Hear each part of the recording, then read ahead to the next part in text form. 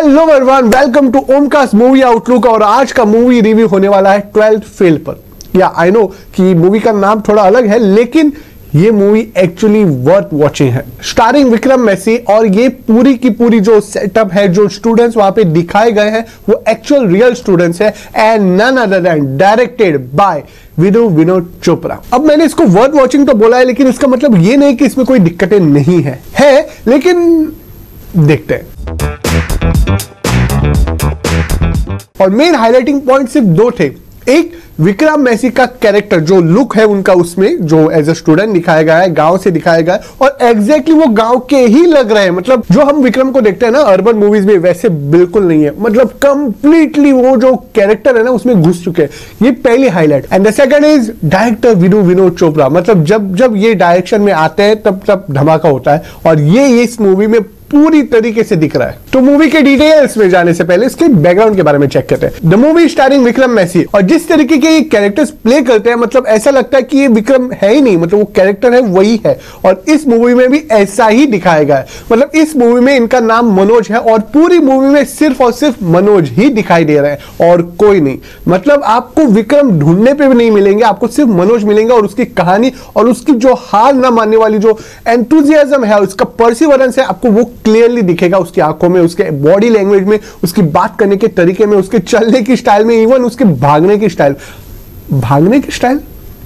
बताता हूं, आगे चल के बताता हूं। डायरेक्टेड बाय विनोद चोपड़ा, जिसकी लास्ट मूवी थी शिकारा। और अगर जॉनर की बात करें तो एक नॉर्मल ड्रामा फिल्म है, और इंस्पिरेशनल मूवी भी बोल सकते हैं। लेकिन ये ऐसी इंस्पिरेशनल मूवी है जो काफी हद तक ऐसा लग रहा है, बाहर से ऐसा लगता है कि ये कुछ चुनिंदा सेक्शन के लिए ही इंस्पिरेशनल मूवी हो सकती है, specially those people who are opting for UPSC, और जो मतलब यूपीएससी का मोटिवेशन जो चाहते हैं ना, बहुत सारे लोग चाहते हैं, उनके लिए मूवी है, या उनके लिए मूवी इंस्पिरेशनल या मोटिवेशनल साबित हो सकती है। लेकिन नहीं, ये हर कोई ना कि देख सकता है बल्कि महसूस भी कर सकता है, because UPSC is not the only thing which is challenging in our life. There are many things, और हर चैलेंज के लिए हर दिक्कतें आती है, तकलीफें आती है, और हमको उस तकलीफों को ओवरकम करके आगे बढ़ना है। और इसीलिए मैं बोल रहा हूं, ये मूवी सिर्फ यूपीएससी वालों के लिए नहीं बल्कि सबके लिए है। कुछ लोग तो इसको ऑस्कर नॉमिनेशन में भी ले जाने की बात करें। Let's see how it goes. Story की बात करें या बेसिक प्लॉट की बात करें तो ये है कि this story is based on a novel, और novel is based on a true story. So in short,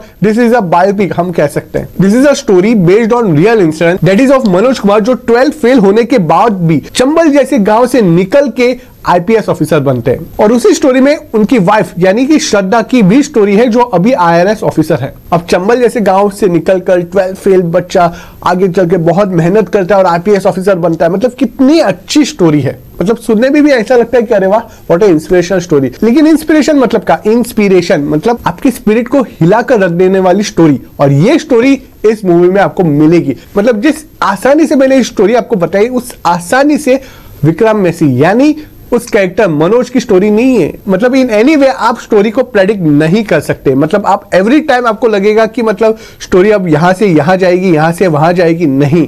her time कुछ नया होता है और कुछ मतलब अनप्रेडिक्टेबल होता है। हाँ, हालांकि कुछ सीन्स आप प्रेडिक्ट कर सकते हो कि अभी क्या होने वाला है, लेकिन स्टोरी ओवरऑल आप प्रेडिक्ट नहीं कर सकते। And since this story is based on real life, और रियल लाइफ मतलब लाइफ, और लाइफ अनप्रेडिक्टेबल होती है, और वैसे ही एक स्टोरी भी है। अगर परफॉर्मेंस की बात करें तो story as always I told you, story is based on novel. तो स्टोरी तो अच्छी है, उसके साथ स्टोरी टेलिंग भी अच्छी है। मतलब जिस तरीके से इस स्टोरी को प्रेजेंट किया है, मतलब आप एक्चुअली में उस दुनिया में जाते हो। एक गांव का लड़का जो फील होता है और जो एक्चुअली में कुछ बनना चाहता है, उसको कितनी सारी दिक्कतें होती है। मतलब बहुत बार हमको लगता है अगर कोई गरीब का बच्चा आईपीएस ऑफिसर बनता है या ऐसा कुछ होता है, तो हमको लगता है क्या हुआ, उसने पढ़ाई तो की है। नहीं, वो पढ़ाई करते वक्त उसको क्या क्या दिक्कतें आती है जो नॉर्मली अर्बन एरियाज के स्टूडेंट्स को नहीं आती, वो दिक्कतें बहुत अच्छे से क्लियरली दिखाई गई है। और कैसे वो दिक्कतें उसकी बहुत बड़ी बाधा बन सकती है, ये भी बहुत अच्छे से दिखा है। So hats off to the story telling with regards to actor Vikram Massey, superb acting. मतलब जैसा कि मैंने कहा, ऐसा लग ही नहीं रहा था कि वो विक्रम है, वो एक्चुअली में मनोज ही था। Also hats off to all the characters. मतलब ऐसे ऐसे कैरेक्टर्स और उन कैरेक्टर्स को निभाने के लिए ऐसे ऐसे एक्टर्स, मतलब बहुत सही चॉइस है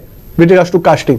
बहुत सही चॉइस, मतलब जिन कैरेक्टर्स को आपको जो जो फील देना चाहिए था ना, उन कैरेक्टर्स के लिए परफेक्ट एक्टर कास्ट किए गए हैं और उन एक्टर्स ने पूरी कोशिश की है आपको वही फीलिंग देने के लिए जो जैसी देनी चाहिए। Now with regards to director, superb as always. मतलब जो गांव का सीन है, फिर वो आता है, मतलब आपको मैं एक सीन बताता हूं, जब मतलब उसके पास पैसे नहीं होते, उसका बैग चोरी होता है और वो होटल के सामने 3 दिन 4 दिन बिना खाए पिए रहता है और बाद में उस होटल वाले को बोलता है कि आपको अब मैं कुछ काम कर दूंगा, आप मुझे कुछ खाने के लिए दे दो। तो होटल वाला उसको बोलता है कि अच्छा खा लो भाई, मतलब वेटर को बोलता है उसको खाना दे दो, और वो खाना 2 मिनट में खत्म करके बोलता है कि अच्छा तो काम क्या है, नहीं काम करने की कोई जरूरत नहीं, आप जा सकते हो। अरे कैसे? तो सामने से बोलता है कि ऐसे कैसे, मतलब मैंने आपका खाना खाया तो मैं तो आपका काम करूंगा। तो उसने बोला नहीं, काम करने की कोई जरूरत नहीं। अरे आप पहले बोल देते, मैं खाना नहीं खाता। जस्ट इमेजिन 4 दिन उसने कुछ खाना नहीं खाया, फिर भी वो बोला है कि अगर आप मुझे बोलते कि आप मुझे काम नहीं देने वाले थे तो मैं खाना खाता ही नहीं।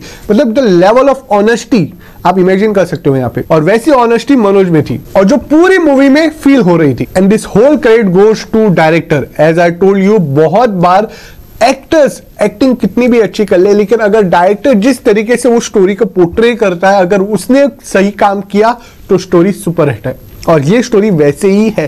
And after all who is the director? Viru Vinod Chopra. Hats off to him. लेकिन बहुत बार मूवी आपका बहुत अटेंशन लेती है। आप अगर इस हिसाब से जा रहे हो कि ये मूवी आप मतलब थोड़े से रेस्ट लेके मतलब देख सकते हो, समझ सकते हो, नहीं, आपको ये सोचने पे बहुत कुछ मजबूर करते हैं कि मतलब एक्सप्रेशन क्या है, उनकी आंखें कैसे बात करती है। मतलब this movie demands your attention and if you are not willing to give it, then story में उतना मजा नहीं आएगा जितना आना चाहिए। सॉन्ग्स अच्छे हैं, स्पेशली जो रीस्टार्ट वाला वो बहुत ही अच्छा था, लेकिन उतना मेमोरेबल नहीं था। विजुअल्स बहुत अच्छे हैं, visually this movie is a treat. मतलब जब भी वो चंबल का गांव दिखाते हैं, जब भी वो मुखर्जी नगर दिखाते हैं, जब भी वो यूपीएससी सेंटर दिखाते हैं जहां पे वो लास्ट में इंटरव्यू के लिए जाता है, मतलब ये पूरा जो माहौल है ना वो आपको फील करवाता है। मतलब इन शॉर्ट विजुअल्स भी स्टोरी चीख चीख के बता रही थी कि एग्जैक्टली हो क्या रहा है सीन में। Okay Omkar, now tell me ये मूवी किसके लिए है और किसके लिए नहीं है?